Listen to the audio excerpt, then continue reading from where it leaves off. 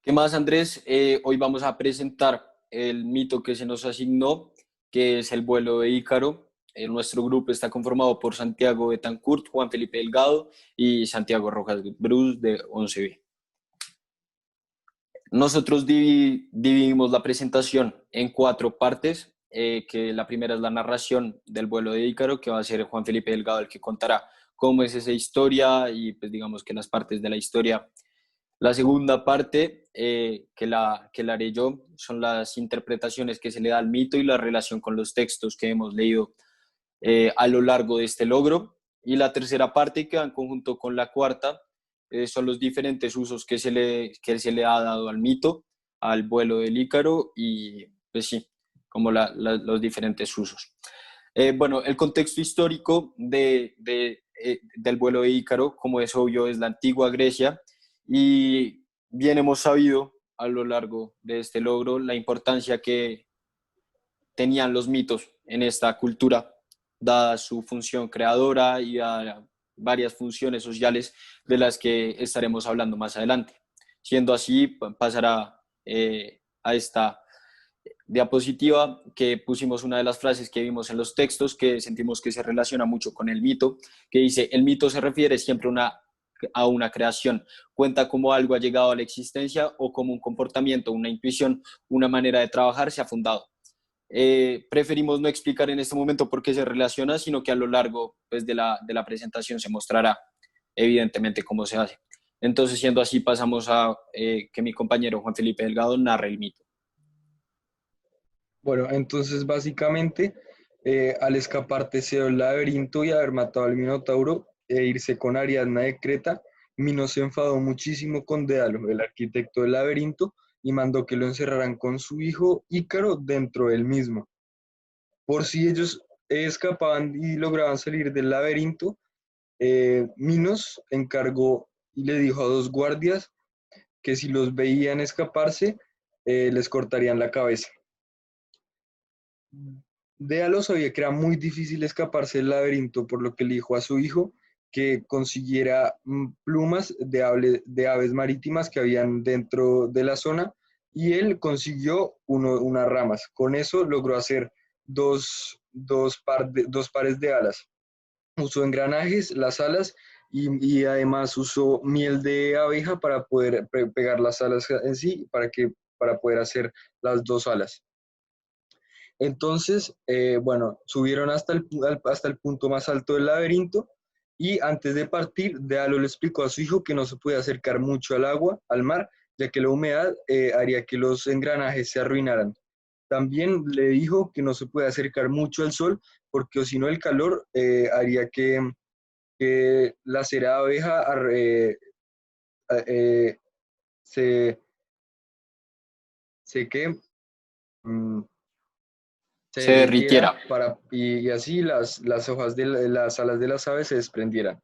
Cuando salieron, al principio les costó bastante empezar por las corrientes de viento, pero cuando ya pudieron salir del laberinto y alejarse de él, Déalo, Déalo no volvió a ver a su hijo hasta que lo vio encima de él, que es el cual se estaba acercando mucho al sol. Ícaro no le había puesto atención a su padre, sino que él, al estar asombrado de la estar volando, decidió subir a lo más alto para apreciar el sol. Y el sol hizo que le cayera mucho calor a la cera de abeja, hizo que se derritieran las olas en sí.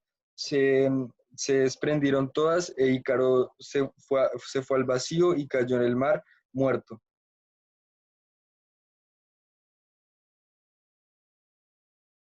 Bueno, pasamos a ver la función social que cumple el vuelo de Ícaro, teniendo en cuenta el texto, el mito, el rito y la literatura que leímos en este logro.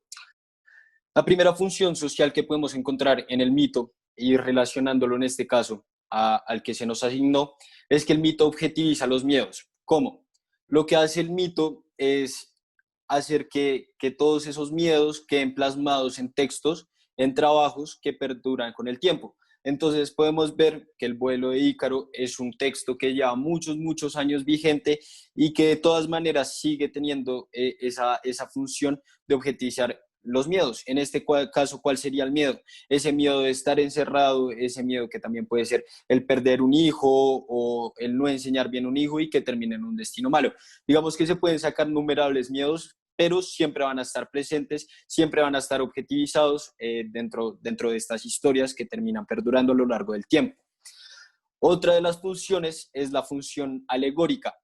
¿Por qué alegórica? Porque con todos estos relatos, con todas estas historias, lo que se hace es crear ciertos arquetipos o ciertos como modelos de motivación y de conducta.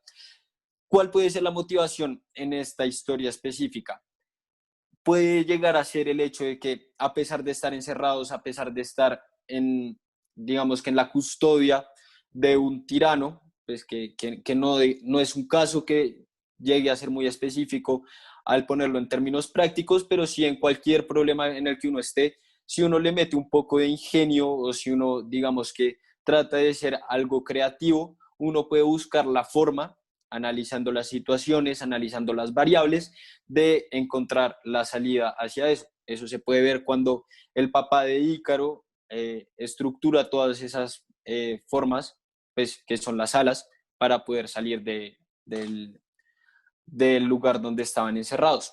También, pues, el modelo de conducta puede ser, y es evidente, que es la obediencia que se debe tener hacia los padres, sobre todo teniendo en cuenta la ingenuidad que normalmente pueden llegar a tener las personas jóvenes.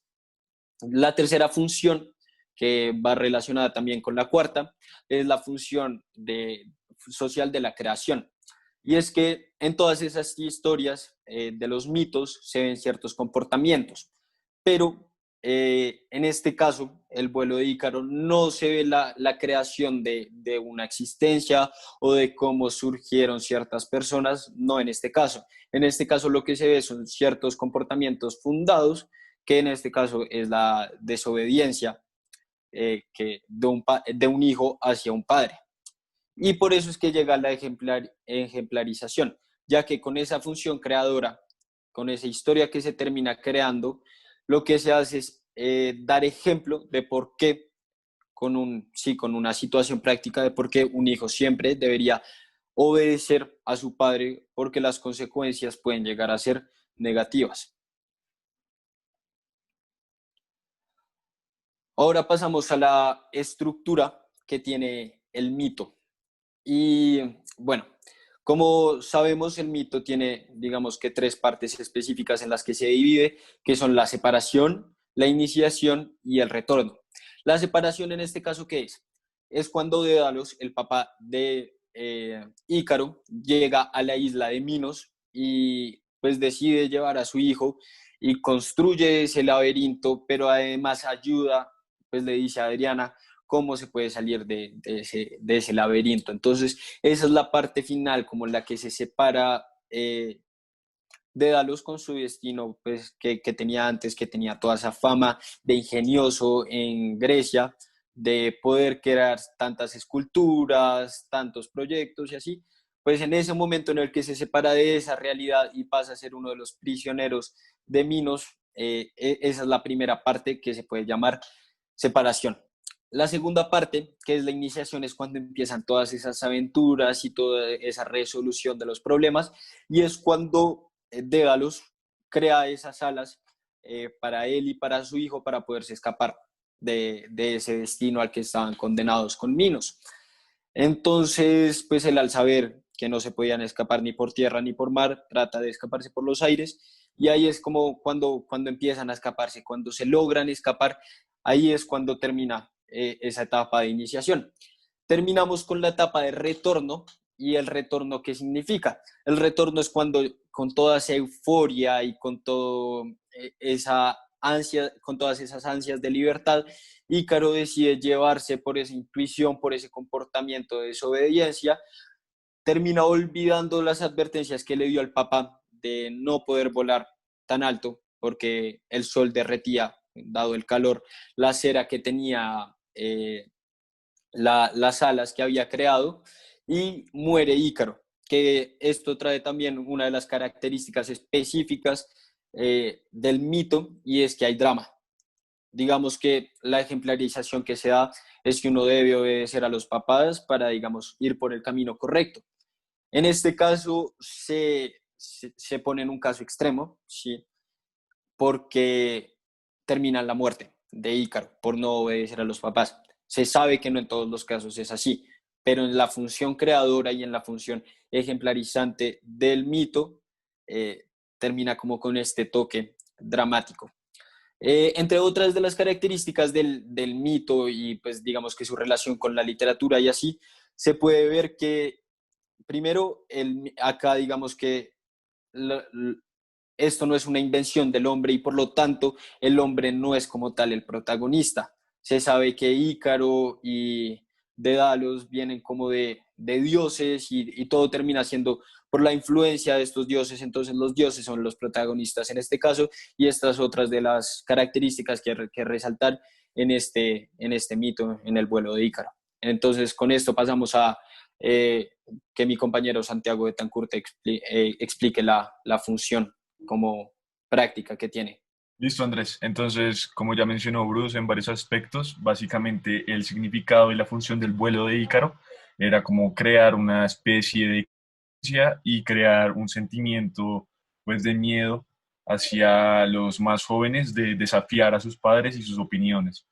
Ícaro también es representado o representa la juventud y la desmesura, debido a que la juventud es como esa atracción al riesgo y al placer pues que da la aventura, como lo dijo Delgado, cuando éste se estaba acercando al sol. Sin importar que su padre le dijera que eso iba a ser fatal para él, ya que iba a afectar la estructura de las alas. Eh, un poco más, pues, o una definición y un significado un poco más, pues, complejo sería el que tiene con el conocimiento, ya que pues hay dos aspectos. Este mito se puede ver como una continuación al mito de Teseo con el Minotauro.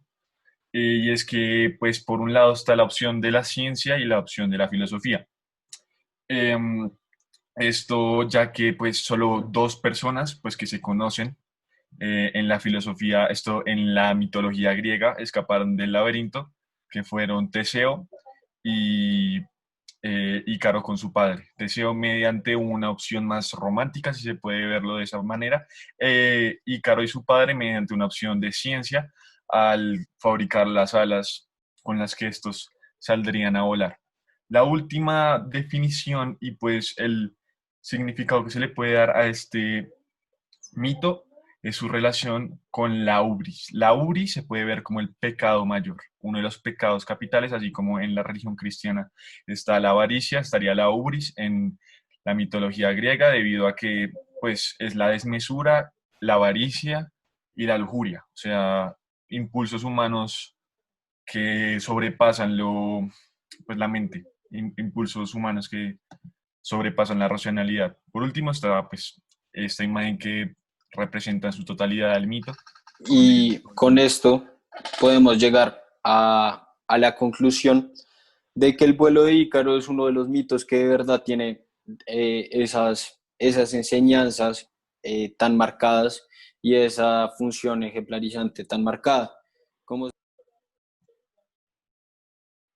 Bueno, en modo de conclusión, queremos decir que bueno, es un mito el cual cumple con todas las especificaciones para, bueno, que un mito sea como útil dentro de la sociedad, ya que lleva cierta enseñanza, más que todo dirigida como a la audiencia joven, ya que este mito dice o enseña más o menos a que siempre tenemos que hacerle caso a los consejos que nos den pues, las personas mayores, en este caso, dédalo a su hijo Ícaro.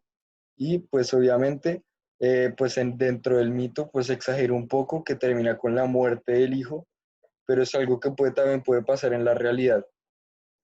Este mito también, pues nos gustó mucho a los tres, porque siempre nos recuerda como esa esencia que debemos tener, que nos tenemos que, pues, obvio, en nuestra etapa de nuestras vidas, que no tenemos que ser tan testarudos y siempre tenemos que escuchar a las personas mayores, ya que tienen mayor experiencia sobre las cosas que nosotros.